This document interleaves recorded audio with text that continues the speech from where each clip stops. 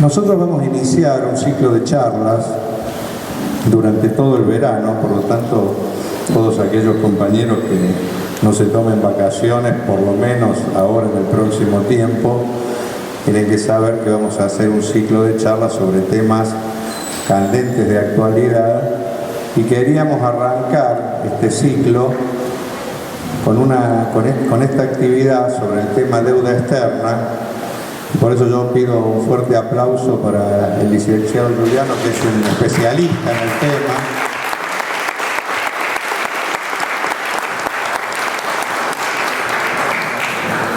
Es una de las personas que más viene escribiendo y disertando y estudiando el tema deuda en el país. Yo voy a hacer una breve introducción y después le voy a dejar acá al compañero para que haga su exposición. Simplemente se han cumplido hace pocos días 30 años de la vuelta del país a la democracia. Esto ha generado todo tipo de actividades, actos, disertaciones. Yo creo que el tema de la deuda está íntimamente ligado a los últimos 30 años que ha vivido el país. De hecho, la dictadura en uno de sus últimos actos lo que nos dejó fue la deuda como uno de los grandes problemas del país.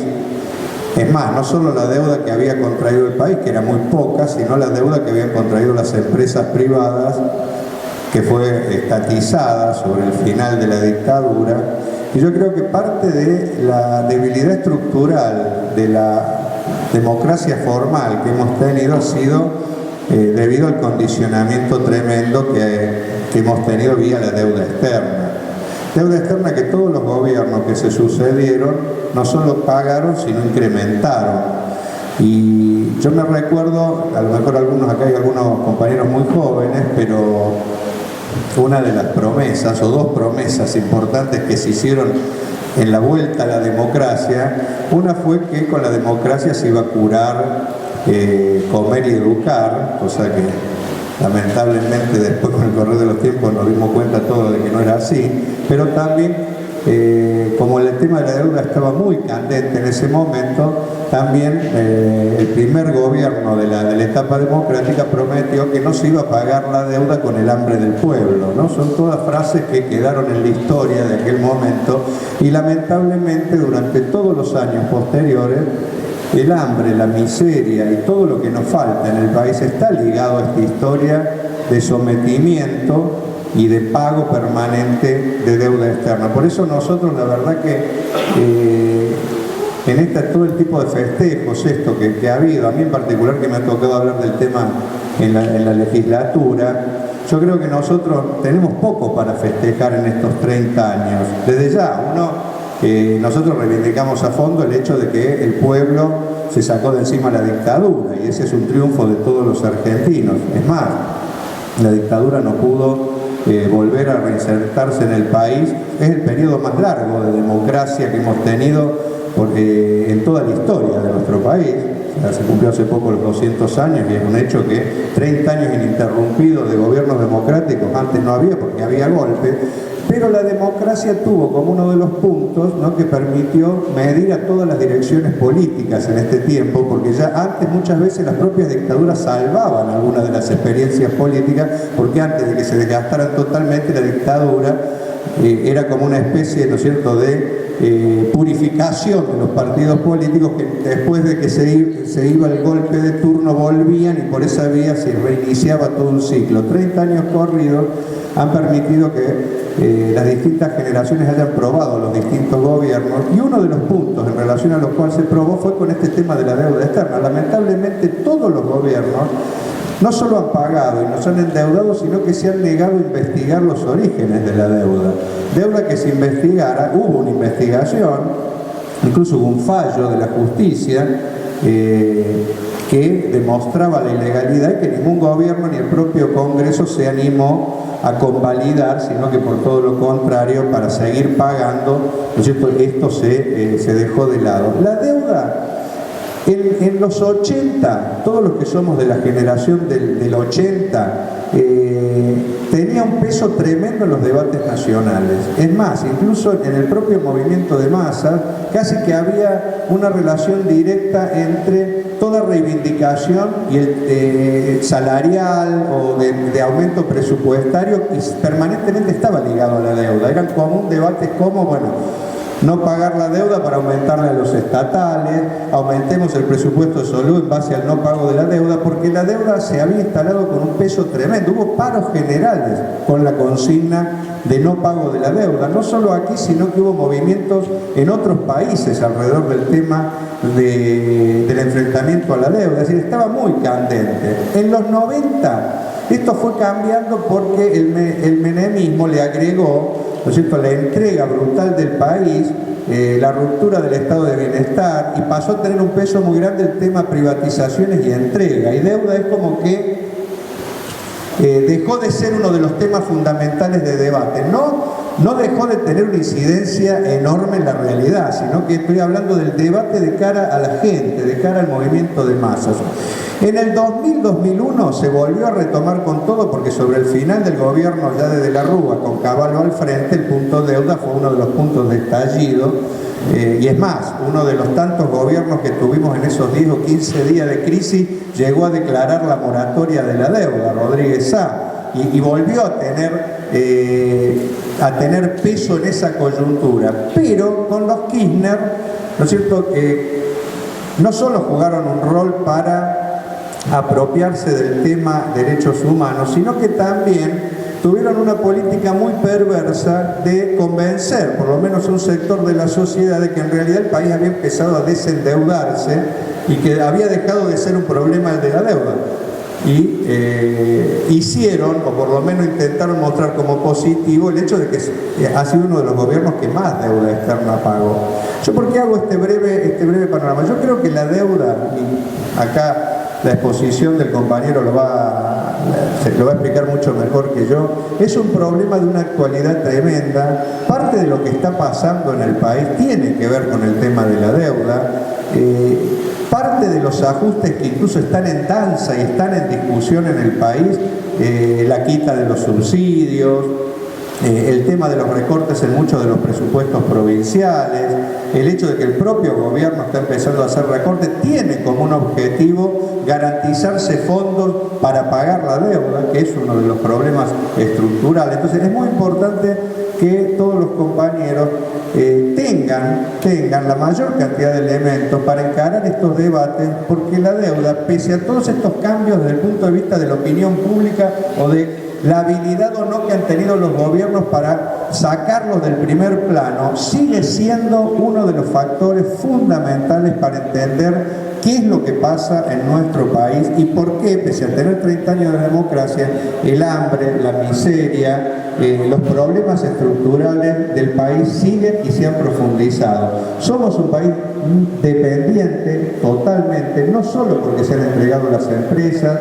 no solo porque de mil y una maneras todo lo que el país produce termina enriqueciendo a grupos y sobre todo a multinacionales, sino también somos un país empobrecido porque parte de la riqueza se nos va en pagar la deuda externa, y este es un punto muy importante para incorporarlo al debate. No hay ninguna posibilidad de un programa de liberación del país de segunda independencia sin tomar como una de las banderas fundamentales el tema de la deuda, que no tiene solo una incidencia económica en el país, tiene una incidencia también política, porque detrás del pago de la deuda existe también una relación de dependencia directa con los organismos internacionales, por las cuales condicionan la aplicación de políticas en nuestro país. Y el gobierno kirchnerista, que en un momento, con un discurso de desendeudamiento y de gran enfrentamiento al imperio, ¿no es cierto?, de aquella época, ahora ya directamente está pasando a otro discurso, donde ya de manera desembosada está diciendo que quiere arreglar con todos los organismos, incluso quiere volver a endeudar al país. Es decir, que el ciclo de la deuda, que ha continuado, nuevamente va a tomar los primeros planos, y es muy importante que en la actividad política nuestra incorporemos esto. Por eso la verdad que es un placer estar acá con el licenciado porque tiene, a partir de su estudio nos puede permitir ver toda la evolución, pero sobre todo ver cuál es la situación actual de este tema, que es clave para incorporarlo en los debates políticos que tenemos. Así que bueno, yo con esta breve introducción le dejo acá al compañero para que nos desarrolle bien este tema. Gracias, buenas tardes a todos. ¿Se escucha bien en todos lados? ¿Se escucha bien atrás? Digo, buenas tardes, agradezco la invitación de Alejandro, Vilma, bueno, los organizadores. El objeto de la exposición mía va a ser tratar de explicar lo más a nivel de difusión posible cuál es la problemática de la deuda pública argentina, para decirlo en términos simples. ¿Frente a qué tipo de problema nos encontramos cuando hablamos de deuda? Acá hay un gran desconocimiento de la naturaleza del problema de la deuda, del problema de fondo en que la Argentina está metida y del problema insoluble de la deuda pública. Yo trato apretadamente de explicar ese tema a ustedes. 3 conceptos preliminares que, si no se entienden de partida, todo lo que yo vaya a decir después a lo mejor tampoco se entiende. Primera aclaración, la deuda es un condicionante total y absoluto de todo lo que pasa en la Argentina en materia financiera, económica y política. Creo sinceramente que el que no entiende esta condicionalidad total no entiende lo que está pasando en la Argentina, no entiende hasta qué punto las decisiones políticas están subordinadas a la presión financiera. Segunda aclaración, la deuda no es un hecho aislado, la deuda no es un accidente que nos pasó una vez en la vida, que vino del proceso, etcétera, y ahora, bueno, bien que mal tenemos que arrastrar el problema, tenemos que bancarnos las consecuencias, etcétera, pero que bueno, es una cuestión circunstancial que va a pasar de alguna manera, que es el discurso que todas las administraciones quieren vender. No, esto es absolutamente falso. La deuda no es un hecho aislado, la deuda es un sistema, es un proceso y un proceso que se retroalimenta, que se continúa permanentemente todos los días. Y mientras nosotros estamos hablando acá, el país se sigue endeudando, no solamente refinanciando deuda pasada, sino tomando nueva deuda. Tercera aclaración, si la deuda es un sistema, ¿cuál es la lógica que lo rige? Porque el concepto del sistema es que no son piezas aisladas, son piezas que están organizadas siguiendo un determinado juego, siguiendo una determinada finalidad, siguiendo una determinada lógica. Entonces, cuando decimos que la deuda es un condicionante total y que la deuda es un sistema, viene la pregunta de fondo: ¿cuál es la lógica que rige el sistema de la deuda? Todos nosotros estamos acostumbrados a escuchar la palabra usura como una de sus manifestaciones clásicas. Usura es cuando el acreedor condiciona al deudor en materia de tasas, obligaciones, actitudes, comportamiento. Pero hay algo que hay que entender en eso que es más profundo todavía. La lógica del usurero no es que el país pague la deuda, que el país haga un sacrificio, un ajuste, pague la deuda, cumpla con sus obligaciones y listo, pasan otra cosa. No, la lógica del usurero es exactamente la contraria. Lo que el usurero quiere es que el deudor nunca deje de ser deudor. Y para que un deudor nunca deje de ser deudor hay que encajarle una deuda impagable. Porque una deuda impagable es una deuda perpetua que tiene que vivir refinanciándose.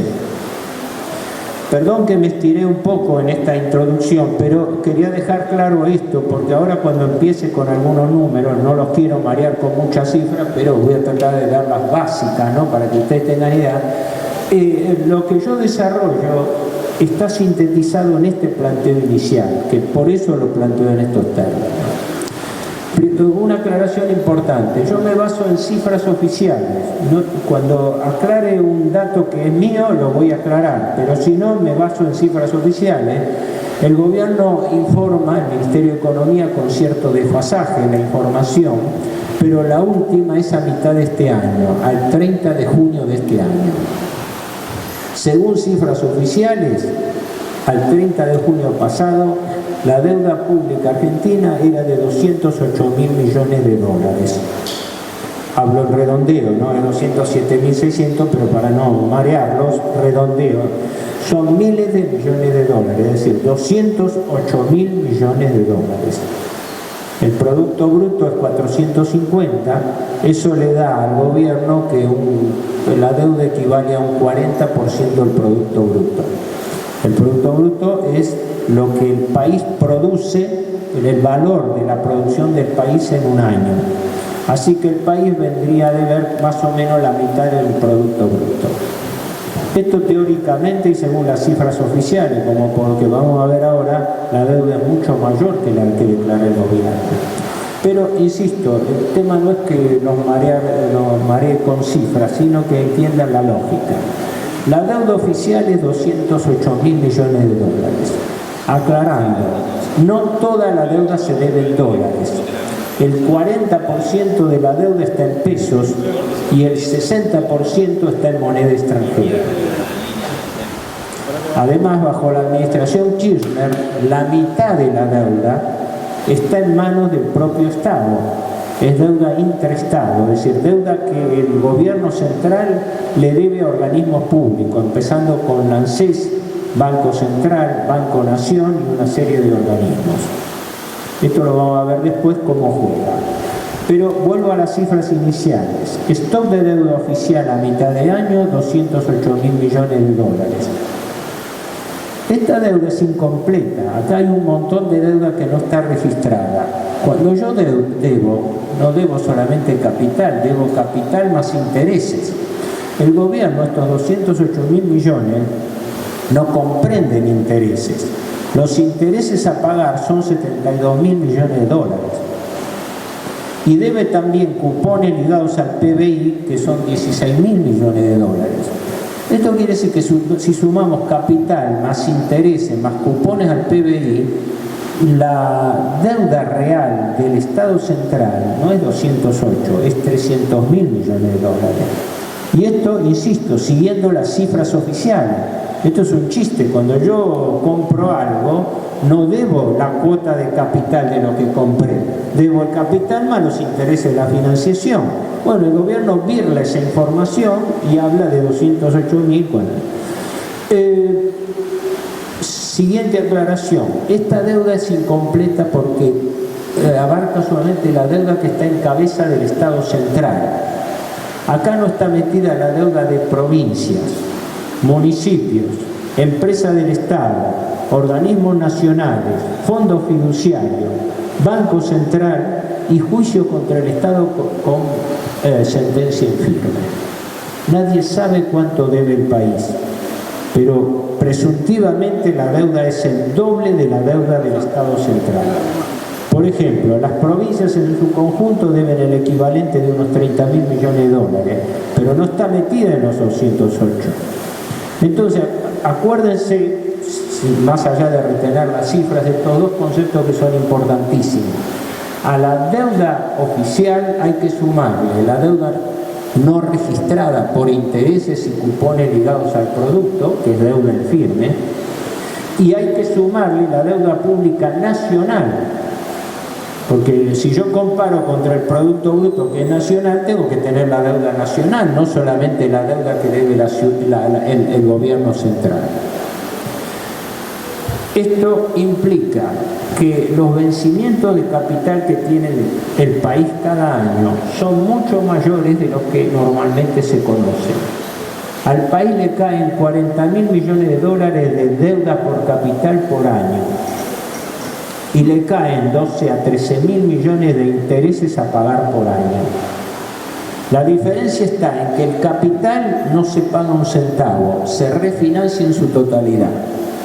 Todo, absolutamente lo que vence de capital, se refinancia, se paga deuda con deuda y además se toma deuda nueva. Ejemplo, en el presupuesto que se aprobó para el año 2014, se prevé el vencimiento de capital por 44.000 millones de dólares. Ahora, el año 2014. Pero en el mismo año 2014 se van a tomar 57.000 millones de dólares de capital, es decir, 13.000 millones más. SIC, presupuesto aprobado 2014 por el Congreso de la Nación. La gente no sabe lo que está aprobando el Congreso. El Congreso está aprobando con esto que los 44.000 millones de dólares de capital que caen el año que viene, como en este año, que son 37.000, se refinancia todo. Si yo soy deudor, no puedo pagar mi deuda y la tengo que refinanciar, jamás voy a pensar que la voy a refinanciar más barata de lo que la tengo. Porque soy un deudor que no tiene capacidad de pago para hacerla. Lo mismo le pasa al gobierno. Esto es de pura lógica. No estamos hablando acá de conceptos políticos y ideológicos, estamos hablando de sentido común. Y estamos hablando de una lógica que cabe para el individuo, para la empresa, para el Estado. Esto está ocurriendo, esta tragedia del refinanciamiento perpetuo. Por eso yo aclaraba la lógica de la usura.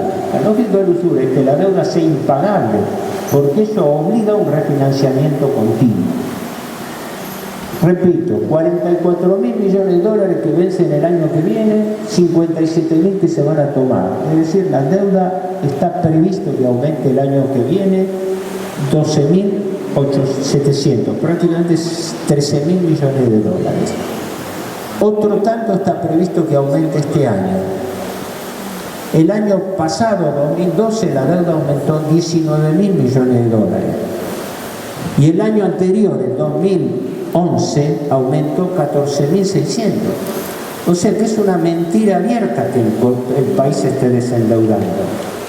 Lo que pasa es que acá está habiendo un proceso, que luego lo vamos a desgranar un poco si quieren, que es que se está pagando deuda con deuda. La diferencia es que se le paga a acreedores privados y organismos internacionales con nueva deuda que se toma con los organismos del Estado, fundamentalmente con la ANSES, que es plata de los jubilados, con el Banco Central, que es la alcancía de divisa del Estado, con Banco Nación. El Banco Nación tiene la mitad de la cartera de crédito prestada al Estado. Fíjense usted qué burla.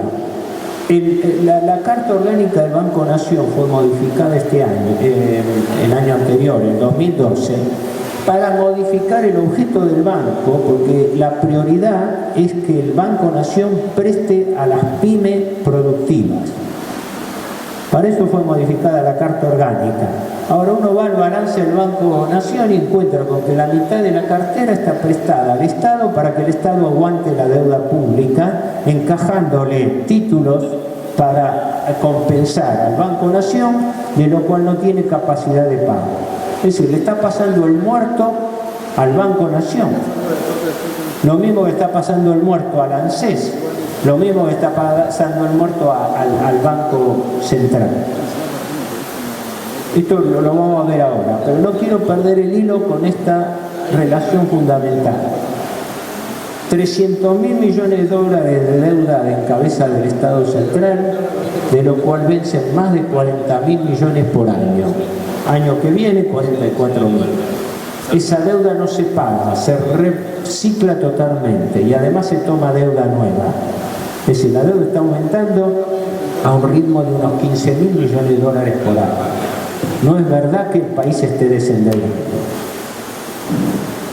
Lo que sí se paga son los intereses, y los intereses son crecientes y tienen un ritmo de crecimiento superior al promedio del gasto público. Lo que está previsto pagar el año que viene son 77.000 millones de pesos, que equivalen a unos 12.000 millones de dólares. La diferencia está en que el capital se refinancia, pero los intereses se pagan cash. Mientras que el gasto público aumenta en promedio un 19%, los intereses aumentan un 44%. No, miento. Perdón, tenía la cifra por acá. Bueno, no quiero mentirle, un 74%. Este año se pagan 44.000 millones de pesos de interés, el año que viene se van a pagar 73.000. Aumenta un 74%. Cuando después se rasgan la vestidura diciendo cómo aumenta el gasto público, cómo aumenta y todo, nadie habla del aumento de los intereses. Fíjense la simetría de la información, ¿no? Se rasgan la vestidura con respecto a esto. Para que ustedes tengan idea, porque yo siempre pongo una comparación, estamos hablando de miles de millones de dólares, y es claro, a la gente se le escapa, pero bajémoslo a la tierra, ¿qué significa? 12.000 millones de dólares de intereses al año son 33 millones de dólares por día. Es 1.400.000 dólares por hora. Eso quiere decir que mientras yo le estoy dando acá una charla a ustedes, al país, como en un contador de taxi, le cayeron 1.400.000 dólares. Vilma lo sabrá mejor que yo. Creo que es el costo de una sala asistencial equipada. 6 millones, 7 millones de pesos, más o menos. El otro día se inauguró, creo que un hospital por la zona, yo vivo en la zona oeste, no sé, que se inauguró bueno, no recuerdo, con financiamiento del BID, se inauguró un hospital en la zona bonaerense, 122 millones de pesos. O sea, es lo que el país paga en un día de intereses. Esto para que ustedes se den cuenta, el presupuesto de defensa para el año que viene son 35.000 millones de pesos. El presupuesto de seguridad son 36.000. O sea, pagamos de intereses más del doble que de seguridad. Después la gente la saltan en la calle, después no hay policía, no hay aumento para la policía, pero gastamos en intereses solamente, que pagamos caja, contado, pagamos más del doble. Esto es para mentalizarles. El presupuesto de salud de la nación es 16.300 millones de pesos. 6 veces menos que lo que se paga de intereses. Y el presupuesto de educación y ciencia y tecnología es 51.000 millones. Por intereses pagamos 77.000. Esta es la traducción práctica. Acá no hay... Esto es sentido común. Esto es cómo pesa. Entonces, ¿qué pasa? Si un deudor, el Estado, tiene una relación 4-1 entre capital e interés, es decir, por cada 4 dólares que nos caen de vencimiento de capital, que no pagamos sino que lo refinanciamos totalmente, tenemos que pagar 1 de intereses y apenas nos da el cuero para pagar esos intereses. Estamos en el perfecto círculo vicioso de usura. Una deuda impagable carga sobre el gasto público por intereses aumenta, el país tiene déficit fiscal, un déficit fiscal creciente, ese déficit fiscal lo cubre con deuda, la deuda aumenta y entonces el círculo vicioso vuelve a empezar. Estamos metidos en la trampa perfecta de un círculo vicioso de reendeudamiento. Traté, perdonen si a lo mejor los dejé, si hay alguna duda, algo que quede colgando, pídame aclaración, pero si es relativo a lo que estoy explicando. Hice toda esta apretada síntesis del cuadro dramático de la situación financiera argentina, porque es importante con esta base ubicarnos en el momento que estamos viviendo y cómo juegan los tantos hoy en día, es decir, para entender lo que está ocurriendo hoy. Siempre el enfoque mío, ustedes ven, es más bien, es básicamente financiero fiscal, es decir, yo estoy en los números de la deuda, digamos así.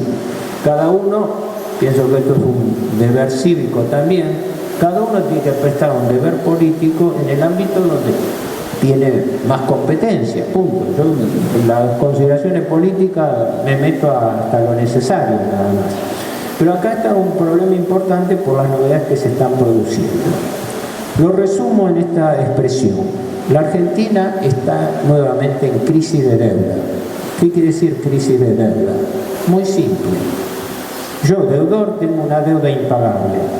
No la puedo pagar y estoy condenado a que cíclicamente, por el ciclo de endeudamiento, yo voy a tener picos en que tengo que hacer un ajuste, tengo que hacer un barajar y dar de nuevo, porque la deuda por sí es impagable y me obliga a mí a estar permanentemente, periódicamente, refinanciándola. Este es el problema que tiene el gobierno ahora, porque el gobierno plantea como un éxito el megacanje Kirchner-Labaña del 2005 y ese megacanje fue un fracaso. Aclaración, no confundamos el megacanje Kirchner-Labaña del 2005, que fue reabierto en el 2010 y fue reabierto ahora, con el megacanje que hizo Cavallo bajo de la Rúa en el 2001, que fue una operación delictiva, donde se canjearon 29.000 millones de dólares, aceptando una tasa de interés del 17% anual en dólares, que es un récord mundial. El gobierno Kirchner, después de la cesación de pago, después de la crisis del 2001, hace la renegociación del canje de 2005. Ahí se omitió usar la palabra megacanje porque sonaba muy mal, pero en realidad fue un mega o un gigacanje, porque en el 2001 se canjearon 29.000 millones, en este se canjearon 76.000. Lo que pasa es que la palabra estaba mal sonada. Esa reestructuración se hizo, como todas las reestructuraciones, como había pasado con el megacanje Cavallo del 2001, con el plan Brady del 92, con los acuerdos de Alfonsín de Nueva York del 1985, todos en su momento fueron planteados como éxitos de negociación. Cuando se firmó el plan Brady en el 92, Cavallo dijo, y lo repitió creo el presidente Menem, que nos íbamos a olvidar de la deuda. Sí, textual. Resulta que no solamente no nos olvidamos de la deuda, sino que todavía le estamos pagando y más que antes. No lo hago por ironía, porque esto no me causa ninguna satisfacción, pero quiero decir, ese es el nivel de afrenta que siente la opinión pública, de que le están mintiendo en la cara diciendo que se están desendeudando, que están haciendo canjes exitosos. El megacanje del 2005 es importante porque es el que ha fracasado desde el año 2008.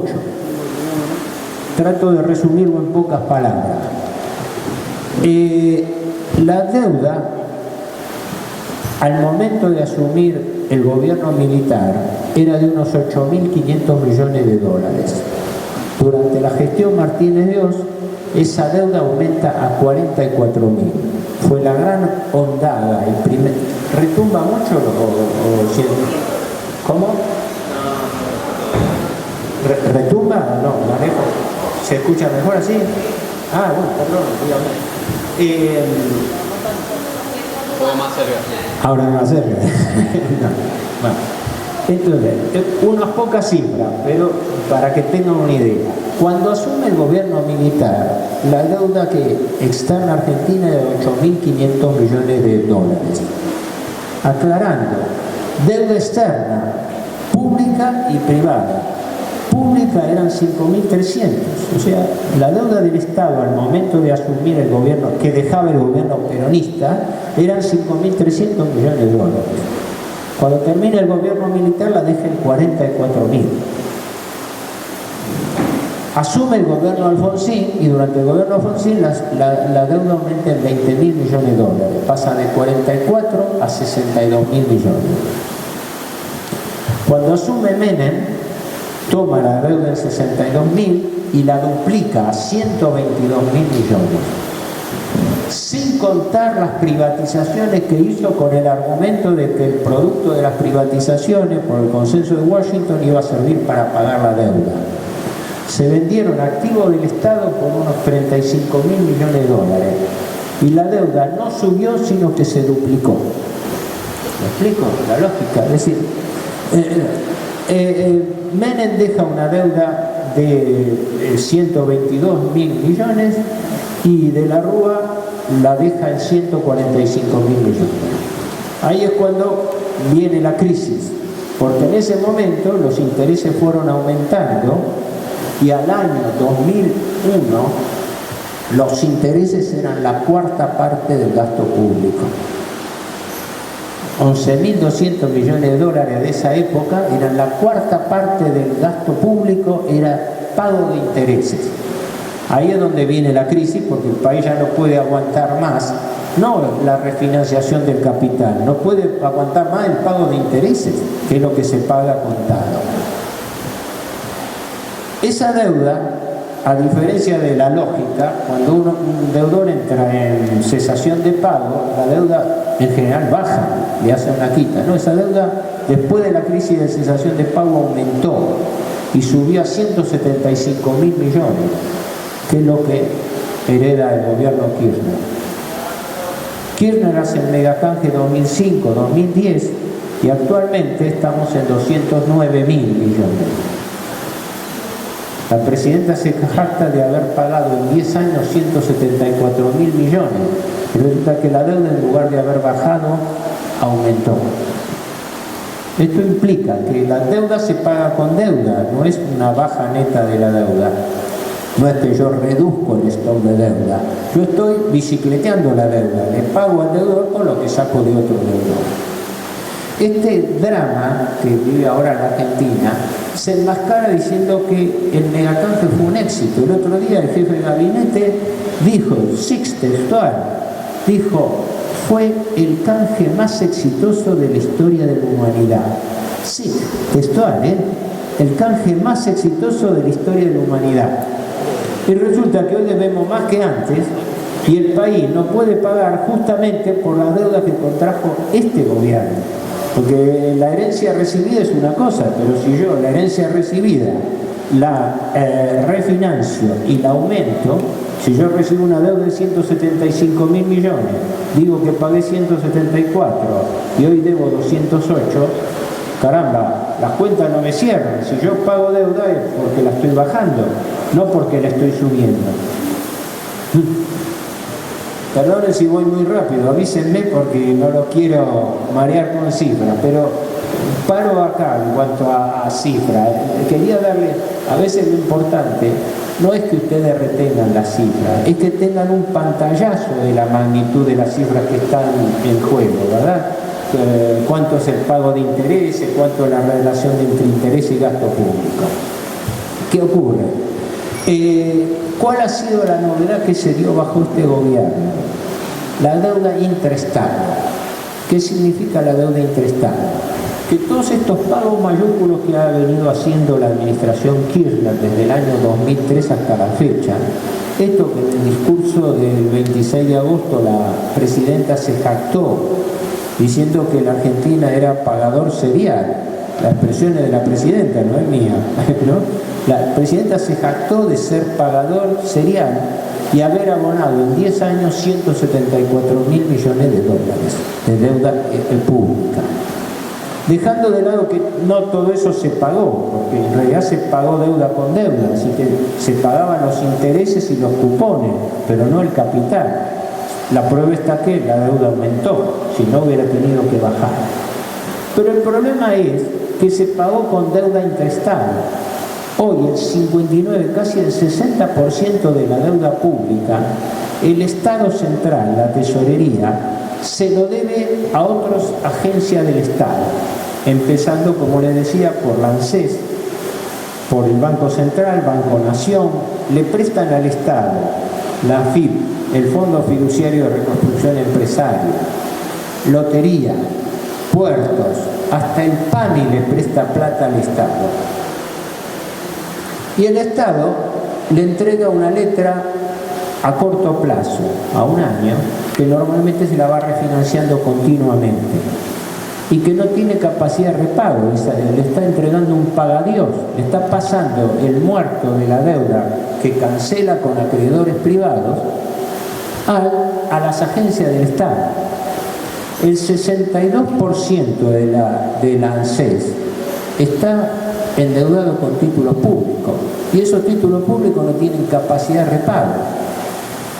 El Estado, la tesorería, le debe al Banco Central 72.000 millones de dólares.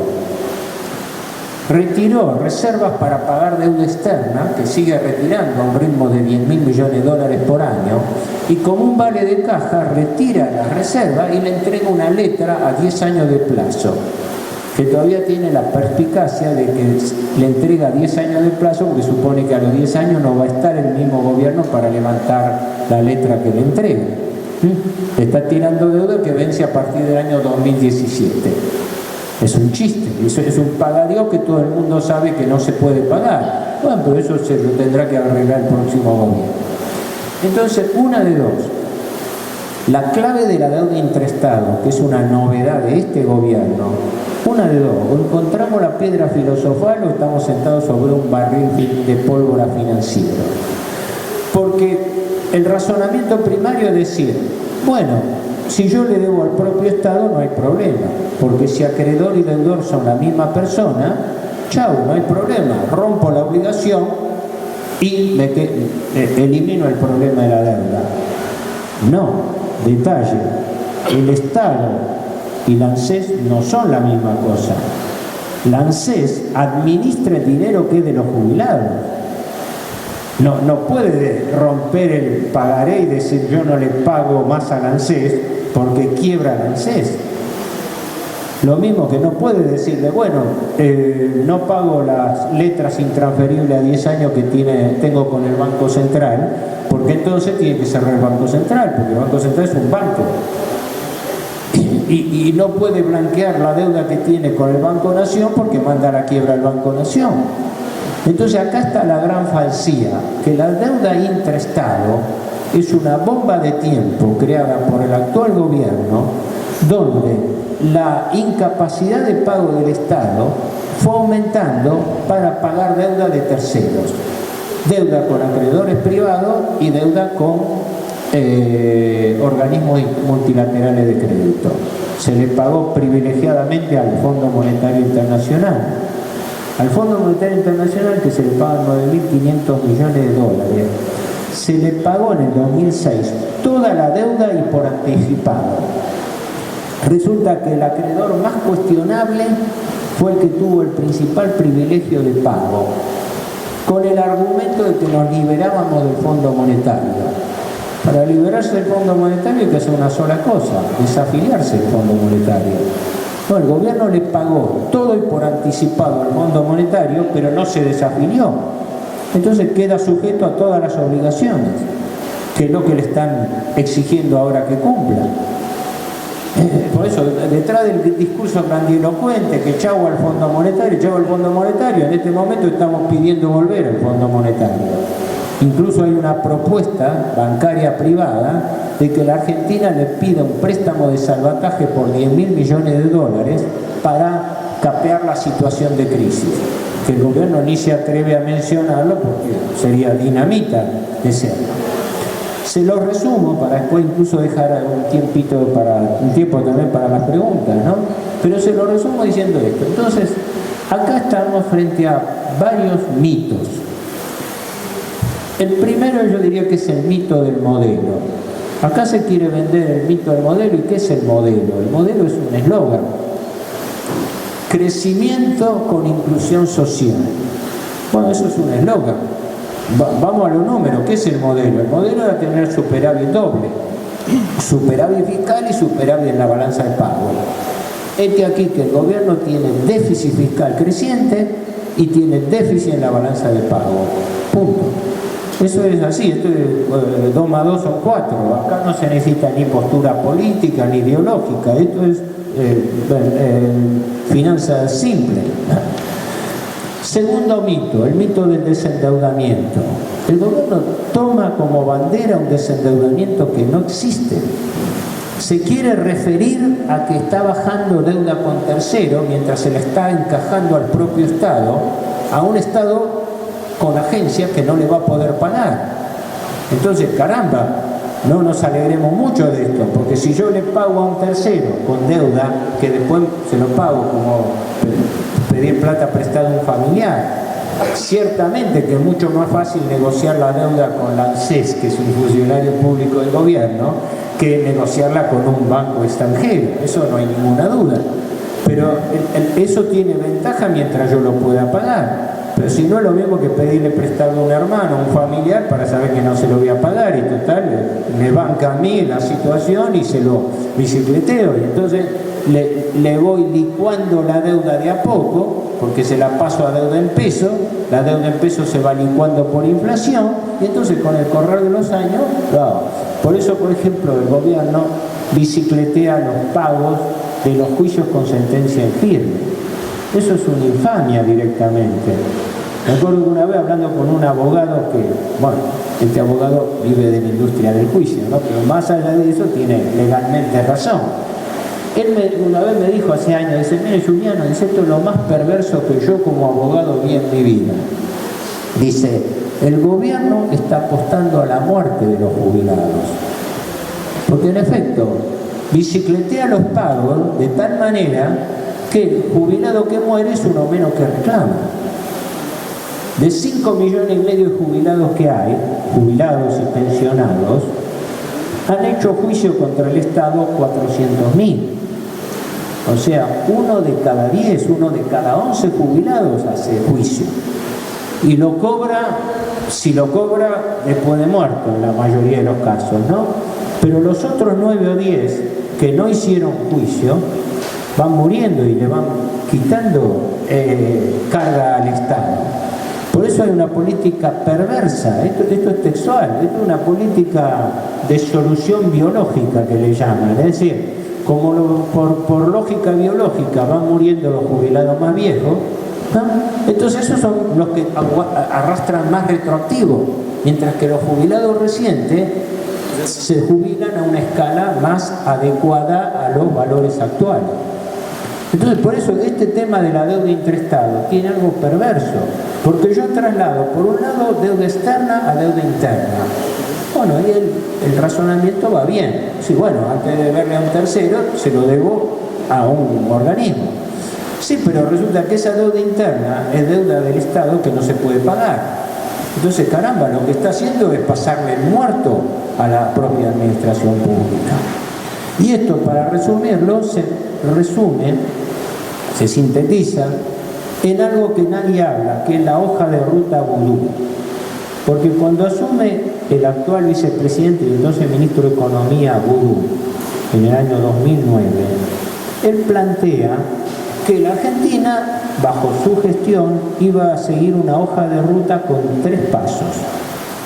Primer paso, liquidar la deuda con los holdouts, es decir, con los acreedores que no entraron en el canje y le están haciendo juicio al Estado. La mayoría son estos fondos buitres que están ganando los juicios en los tribunales de Nueva York. El segundo paso, esa es la directiva, liquiden sí o sí porque estos juicios están molestando y ustedes tienen que pagarle la deuda a los acreedores que les hicieron juicio. Segundo requisito formal de la hoja de ruta, arreglen la deuda externa con el Club de París. El gobierno dice que le debe 6.400 millones al Club de París. No, el Club de París le reclama 9.500 millones de dólares. Y la mayoría casi la gran mayoría de la deuda con el Club de París es deuda que se arrastra de la época del proceso militar, que en su mayoría era deuda externa privada y que fue estatizada por el Estado. Fue estatizada, o sea, transferencia de deuda privada a deuda pública. Y que el gobierno dejó de pagar en 2001. En este momento la suma por capital, intereses, punitorios es de unos 9.500 millones. Es el segundo punto de la hoja de ruta Vudú. ¿Y cuál es el tercero? Solucionado, ojo, esto no lo digo yo, esto es lo que formalmente planteó el ministro Vudú y que se está haciendo ahora. Liquidada la cuestión de los holdouts, como se está liquidando, arreglando, pagarle con nuevos bonos a través de la propuesta que hizo la Argentina. Y arreglada la deuda externa con el Club de París, viene el paso 3, que la Argentina entonces vuelva al mercado internacional de capitales, que en buen romance quiere decir volver a endeudarse, es decir, volver a colocar deuda en el exterior. Y ese es el paso en que estamos ahora. Primero, los juicios en Nueva York todos están teniendo aceleradamente un sesgo desfavorable. Y la Argentina, que está negociando en secreto desde ya, está pactando que los acreedores le acepten nuevos bonos para pagar deuda. Las deudas que están venciendo en el CIADI se están pagando con bonos. En principio los 2 juicios que se perdieron por 600 millones y los que vienen atrás. Tercero, la Argentina está en negociación con el Club de París para retomar urgentemente y eso necesita destrabarlo para que a su vez le vengan nuevas nuevos préstamos para financiamiento de obras públicas. El Banco Mundial le acaba de otorgar un plan trienal de préstamos por 3.000 millones de dólares y el BID le entrega otro plan trienal por 3.200 millones de dólares. El país vuelve a firmar un convenio con la CAF, la Corporación Andina de Fomento. Toda decisión es deuda, punto. Es decir, todas las decisiones que está tomando el gobierno, aún bajo entre los fragmentos de las declaraciones de prensa que hace el jefe de gabinete Capitanich, digamos, el Capitanich es una persona que tiene mucha solvencia técnica, tiene un discurso y una fraseología económica apabullante, habla mucho, habla rápido, habla mucho pero dice poco, ¿no? Y entonces utiliza frases largas. Nosotros vamos a estudiar la planificación de las obras públicas para obtener financiamiento externo. Ah, caramba, ahí está la explicación. Lo que me está diciendo es que vamos a salir al mercado internacional de capitales a pedir más deuda. El ministro Kicillof con el ministro De Vido viajaron la semana pasada a China para pedir financiamiento por 19.000 millones de dólares para la represa de Santa Cruz, para los proyectos de minería, para proyectos agroexportadores. Punto. Yo no abro juicio de valor, no digo sí o no. Lo que quisiera saber es quién garantiza la capacidad de repago de esos préstamos que se van a pedir. Porque el gobierno está estrangulado que no tiene un dólar partido por la mitad. Y en consecuencia, todas estas afluencias de dinero las está tomando como anticipo para poder aguantar la posición de divisa del Banco Central. El Banco Central es algo así como la alcancía del gobierno. Esta administración hizo un vaciamiento de la reserva del Banco Central. La reserva del Banco Central, que hace unos años estaba en 52.000 millones, ahora las reservas brutas están en 35.000. Pero si a eso le quitamos los depósitos en dólares y los préstamos de otro banco central, quedan 17.000 millones de dólares. Y el gobierno el año que viene se comprometió a pagar 10.000 millones por el fondo de desendeudamiento. Y así que nos quedamos con menos reservas de las que tenía el país en el 2001. El país está en una crisis de falta de reservas. Por eso a mí lo que me sorprendía, digo, una de dos. O estamos sentados bajo un barril de pólvora, porque el país no tiene reserva y todo el mundo se frena por la crisis que puede venir, o la contraria, que es la que yo sospecho, es que esto está arreglado y que esto es un paréntesis para ir acomodando los hechos para después venir con las buenas noticias. Señores, la Argentina vuelve exitosamente al mercado de capitales, ahora volvió la confianza, ahora nos tienen confianza, ahora nos dan préstamos, ¿no? Nadie va a preguntar quién va a pagar esos préstamos ni cómo lo va a pagar. Todos van a ver. Entonces, las tres patas de engaño de la opinión pública están funcionando a pleno. Las tres patas de engaño de la opinión pública son, primero, el oficialismo de turno, que siempre vende éxito de negociación. Segundo, la complicidad de toda la partidocracia pseudo opositora, que de esto no abre la boca para nada. Nadie habla media palabra del problema de la deuda, que es el más importante y es el determinante de todo. ¿No? Esto ha sido una regla perversa en la Argentina. Acá todo lo importante es secreto. Entonces sí, se puede discutir del Código Civil, de esto, del otro, pero de deuda no, ahí se calla, ¿no? Y la tercera pata son los grandes medios de formación de la opinión pública. El discurso de La Nación, de Clarín, de toda la prensa del establishment financiero, que está diciendo, está saludando este proceso de acercamiento de la Argentina a los mercados de capitales. Le están reprochando al gobierno que no lo hizo antes. Se están felicitando de este cambio de autoridades. Porque fíjense un detalle no menor. decreto 1953 que sacó. Este enroque, el que era ministro de Economía, Lorenzino, pasa a ser encargado de una secretaría cuasi fantasma de reestructuración de deuda pública. Paremos ahí. Reestructurar deuda pública quiere decir que el país está al borde de otra cesación de pago y tuvieron que nombrar un enviado de emergencia para que empiece a refinanciar deuda. Como en el 2005, como en el 2001, como en el 92 con el Plan Brady. Se crea una unidad de reestructuración de deuda a cargo del exministro Lorenzino. Formalmente depende del ministro de Economía, pero lo apartaron de los focos. A Lorenzino lo tienen metido ahí en la reestructuración secreta de la deuda. Hollout, Ciadi, Club de París, nuevas gestiones de deuda, todo eso está, nadie habla media palabra de eso, todo está atrás de los candeleros, de las declaraciones verborrágicas del jefe de gabinete Capitanich, de los viajes de Kicillof, nadie dice nada de Lorenzino, ¿no? Una cosa insólita. Lo nombran con categoría de secretario ad honorem. El primer funcionario que trabaja gratis para reestructurar la deuda. Caramba, es demasiado, ¿no? Está bien que él fue nombrado simultáneamente embajador en la Unión Europea y va a cobrar un sueldo como embajador en la Unión Europea, ¿no? En Bruselas, pero todavía no ha sido nombrado, efectivo. Y eso que nombre un secretario de Estado por una tarea tan importante y ad honorem, que sea le hubieran puesto un sueldo de formal, ¿no? Pero no hago ironía, voy a los hechos, ¿no?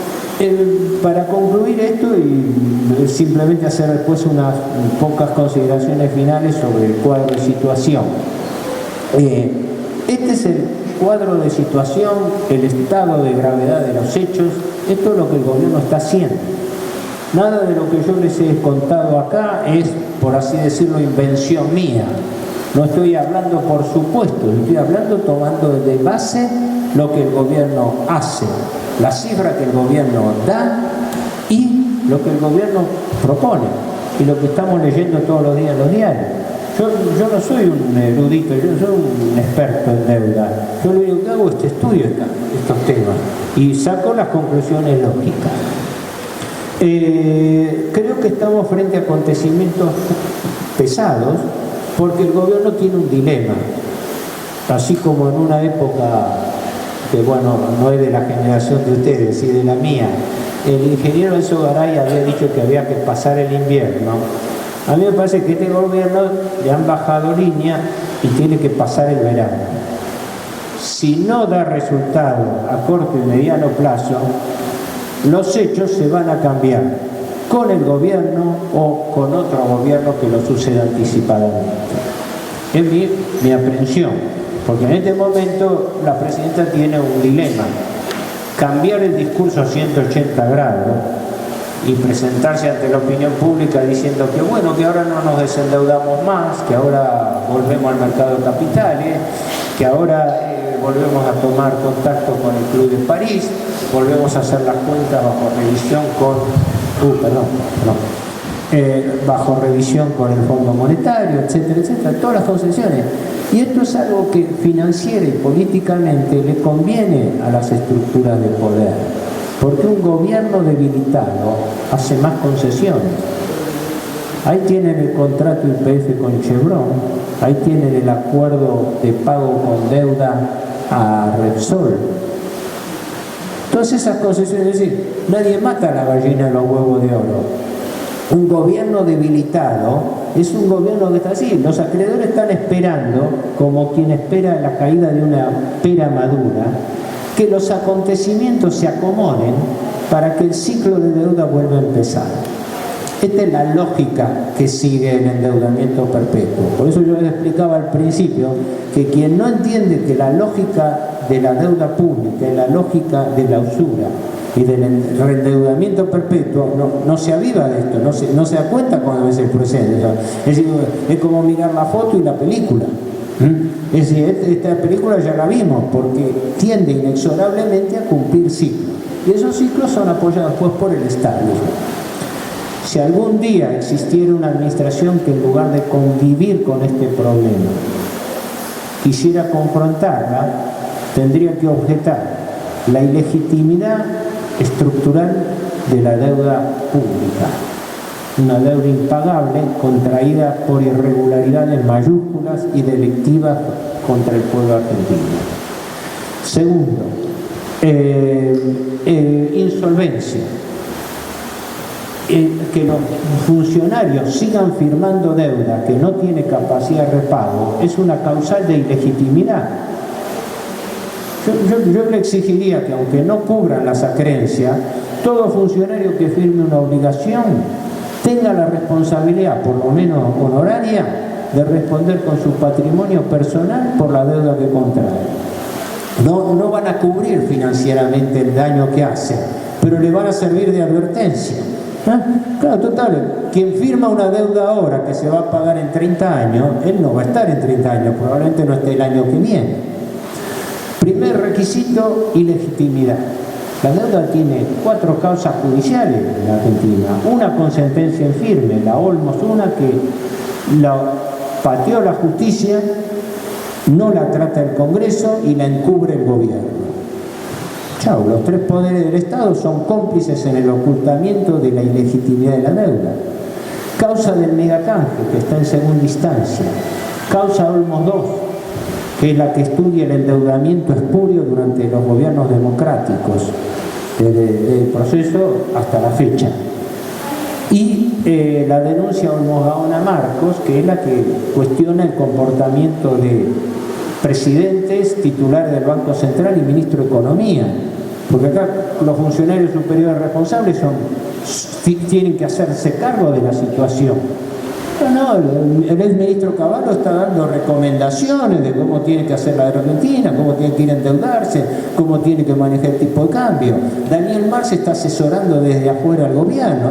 Este es el nivel de alienación que tenemos. Entonces, estos 3 requisitos: ilegitimidad, insolvencia y responsabilidad desencadena. ¿Cómo? Esto no ocurrió por la decisión de un funcionario. Estos son cómplices, los acreedores que tomaban deuda de un Estado que no tiene capacidad de repago. Las calificadoras de riesgo que dibujaron buenas notas. Ahora no se están dibujando buenas notas. La tasa de riesgo país cayó de 1.300 a 700 puntos, es decir, 7% más. ¿De dónde sacaron que la Argentina hoy es más solvente que antes? Si está más endeudada que antes y no puede pagar. Y sin embargo la tasa de riesgo país que calcula la banca Morgan está bajando. O sea, no encontré nadie que me explique eso. No, la explicación es porque las expectativas, la confianza hace que el gobierno, todo el otro día reporteaban al titular de Puente Hermanos, Tomasevich, ¿no? Un muchacho joven, un CEO donde decía que no, que él era optimista, que la Argentina podía colocar ahora deuda en el mercado internacional de capitales al 7,5% anual en dólares. 3 veces más que el nivel de tasas internacionales. Puente Hermano está colocando deuda de las provincias al 10% anual en dólares. Es una cifra sideral, es 5 veces más alta que la tasa internacional en dólares. Y se están endeudando la ciudad de Buenos Aires, la provincia de Buenos Aires, la provincia de Córdoba, Tucumán, Chaco, la provincia de Capitanich. O sea, está habiendo un endeudamiento lateral del gobierno, del cual nadie habla nada, porque ese es el agujero negro de la Argentina. Siempre las empresas del Estado fueron endeudadas. A YPF, en mi opinión, la estatizaron para endeudar. Porque todo el mundo aplaudió la estatización de YPF. Yo lo que dije y escribí, simplemente por mirar los números, caramba, el Estado antes de YPF no debía nada por YPF. Se lo bancaba Repsol, se lo bancaban los accionistas. Cuando ahora pasa a ser accionista mayoritario, tenemos que la empresa le trae un arrastre de una deuda externa de 9.000 millones de dólares, que contrajo la administración Repsol Eskenazi. La empresa YPF necesita para financiar la exploración en 5 años 37.000 millones de dólares. Por eso lo primero que ha hecho YPF es salir a colocar deuda 19% anual en pesos para financiar la exploración. Antes no tenía que buscar esa deuda. Tercero, a Repsol le tiene que indemnizar. Se decía 10.500, aunque el valor contable está en lo que parece que se pactó, 5 o 6.000 millones, se lo paga en dólares. Caramba, paremos ahí, enfriemos la mente. ¿Cuánto debía la nación por YPF antes y después de la estatización? Porque ese chiste de estatizar empresas que le traen un paquete de deuda y lo hago para endeudarme, ese no es. Le hubiera convenido al Estado dejar que quiebra YPF. La empresa no desaparece. Cuando la empresa quebraba en manos de Repsol, YPF la intervenía y la tomaba por razones de utilidad pública, porque no va a perder una empresa extractora de petróleo. Y no tenía que pagar un centavo. Aquí que YPF, el Estado salió como el idiota útil a comprarla cuando los otros la querían vender. Eso no ocurre por casualidad. Y con el discurso de la nacionalización le echaron el fardo al endeudamiento que contrajo Eskenazi, Repsol, 9.000 millones, a la deuda que hay que tomar para pagar las acciones y al financiamiento. Entonces, ¿qué tuvo que hacer YPF? Salir a asociarse con el grupo Rockefeller a través del contrato de Chevron. Por eso, todo esto es la lógica financiera. Hay que enfriar la mente y ver cómo estas cosas se dan. No los quiero abrumar porque ya los mareé todo. Hago una reflexión final solamente sobre una breve reflexión final sobre cuál es la relación entre deuda y crisis político-institucional argentina. Porque la deuda no es un hecho aislado, no es un hecho independiente del contexto de crisis argentina. Al revés, es un epifenómeno, es un fenómeno derivado de esa corrupción política. Pues nosotros nos encontramos frente a una clase política sin representatividad ni legitimidad política. Nos encontramos frente a una partidocracia que se ha convertido en realidad en una oligarquía, porque los partidos políticos actúan como oligarquía. Las oligarquías no defienden el interés común, defienden el interés sectorial. Esa es la característica de una oligarquía. Son pocos y defienden sus intereses, no el interés común. ¿Qué interés nacional defiende la partidocracia parlamentaria hoy? Que le vota impunemente todos los presupuestos, todas las leyes, todas las estatizaciones al gobierno. Y una tímida oposición política que le da el acompañamiento, generalmente dándole quórum parlamentario. Yo soy muy crítico con respecto a esto, porque esta es la consolidación del triunfo de la plutocracia sobre la partidocracia. Sí, la plutocracia, por definición, es el poder en manos de los grandes grupos de poder económico financiero. Entonces la partidocracia depende de la plutocracia. Es el gran drama argentino y lo que yo trato de transmitir es esto: cómo la gravedad institucional del problema de la deuda hace que lo que está en juego acá no es solo el futuro de una política económica, lo que está en juego es la gobernabilidad y el destino del Estado argentino. Perdonen si me extendí un poco, me pido sujeto a las preguntas de ustedes y muchas gracias.